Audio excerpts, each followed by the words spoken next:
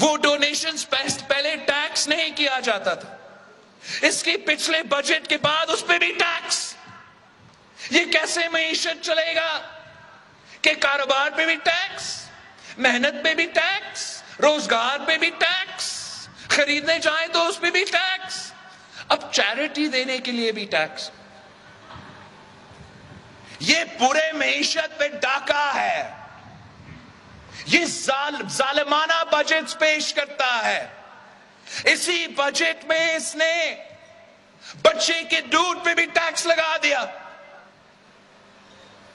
بچے کے کھانا، مطلب بالکل جو بچے ہوتے ہیں ان کا پہلا جو نوالا منہ میں جاتا ہے اس پہ بھی عمران نے ٹیکس لگا دیا۔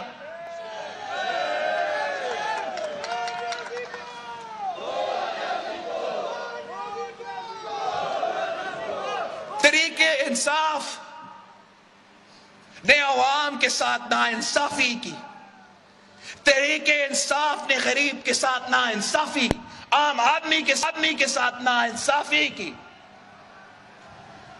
ہم ہمیشہ قائد عوام سے لے کے آج تک عام آدمی کے جماعت ہے، مزدوروں کے جماعت ہے، کسانوں کے جماعت ہے، آپ کا جماعت ہے۔ ہم پہ فرض تھا کہ جب آپ پہ ظلم ہو رہا تھا تو ہمیں ظلم کے خلاف آواز اٹھانا چاہیے، ظلم کے خلاف جدوجہد کرنا چاہیے، وقت کے فرعون کے خلاف جدوجہد کرنا چاہیے، وقت کے یزید کے خلاف ہم آج کھڑے ہیں۔ ہمارا تعداد ضرور کم ہوگا۔ جب مجھے پاکستان پیپلز پارٹی کا ذمہ داری ملی تو ہم پارلیمان میں پہلا اکثریتی جماعت بھی نہیں، قائد حزب اختلاف بھی ہمارے ساتھ نہیں، ہمارا جماعت کا نہیں، ہم تعداد میں تو تیسری جماعت ہے مگر کردار میں پہلی جماعت ہے۔ تعداد کم ہوگا لیکن اس کے باوجود ہم نے پہلے دن سے ڈٹ کے اس کا مقابلہ کیا۔ پہلے دن سے سارے جو دوسرے اپوزیشن جماعتیں ہیں، جو ہمارا ماضی ہے اس کو ایک طرف رکھ کے، قوم کے انٹرسٹ کو سامنے رکھ کے میں نے ہر کسی سے رابطہ کیا، بار بار محنت کیا، کوشش کیا، پیرا افطاری پہ جمع کروایا کہ آئے ہم مل کے اس کٹ پتلی کا مقابلہ کرتے ہیں۔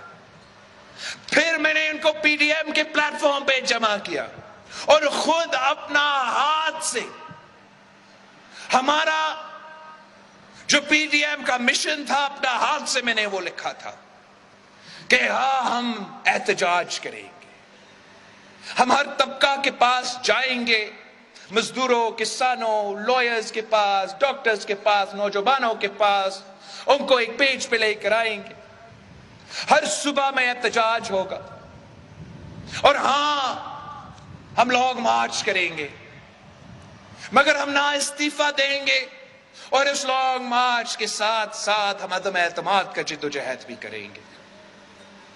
جب پورا اپوزیشن ایک طرف تھا اور ایک نوجوان اس طرف تھا تو میں کہتا تھا کہ پلیز آپ استعفیٰ نہ دو۔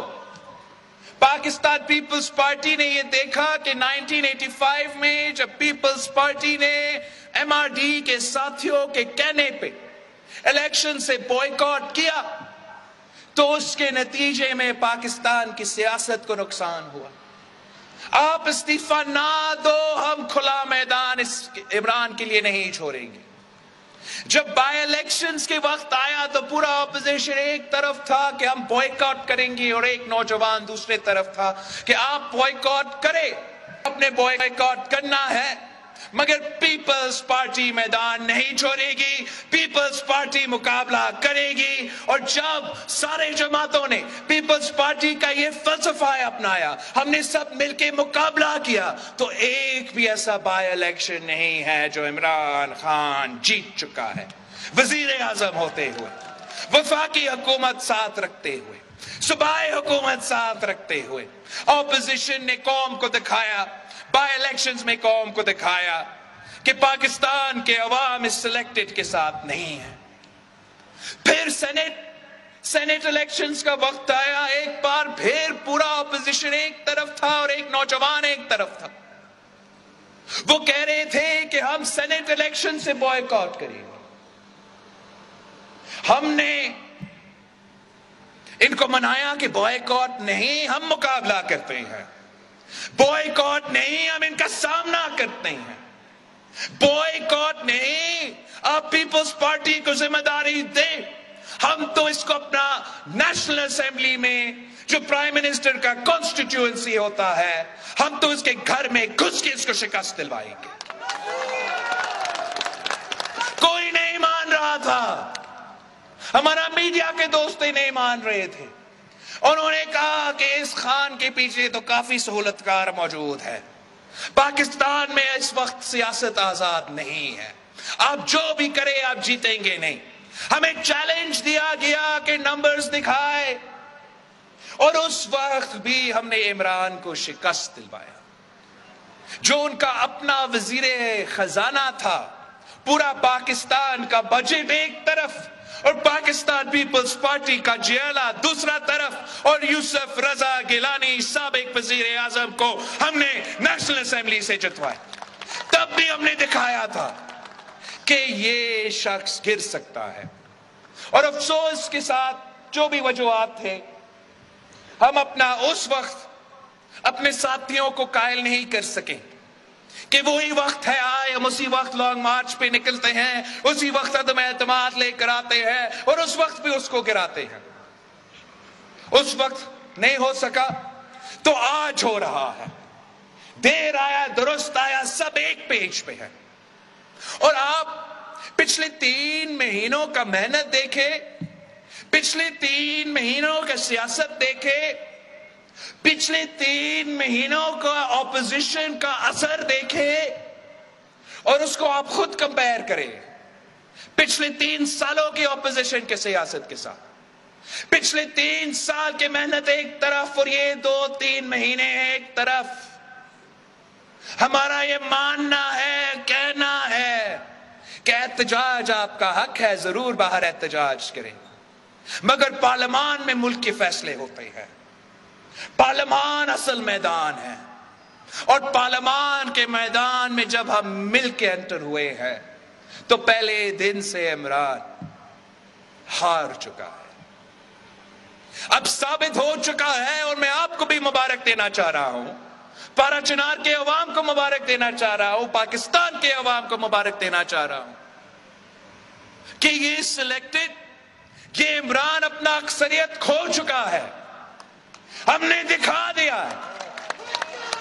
صرف چند کارڈ سامنے رکھ کے چند چیزیں اتنا دکھا کے یہ ثابت کر دیا کہ عمران کا حکومت ختم، کٹ پتلی ختم.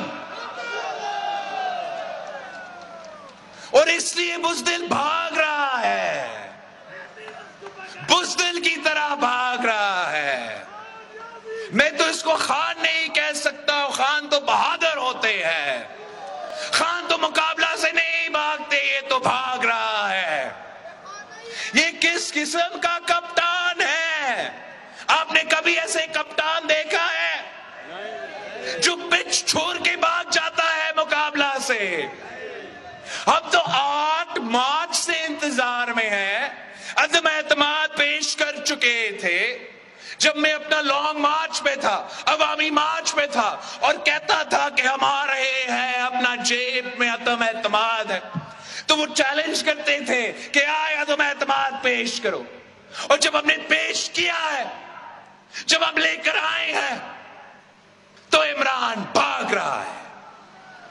ہم عمران کو پیغام دینا چاہ رہے ہیں کہ تھوڑا سا سپورٹس مین سپرٹ دکھائے،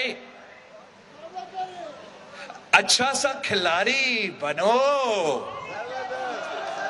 ہمت ہے تو مقابلہ کرو، بہادر ہو تو مقابلہ کرو، غیرت ہے تو سامنے آؤ.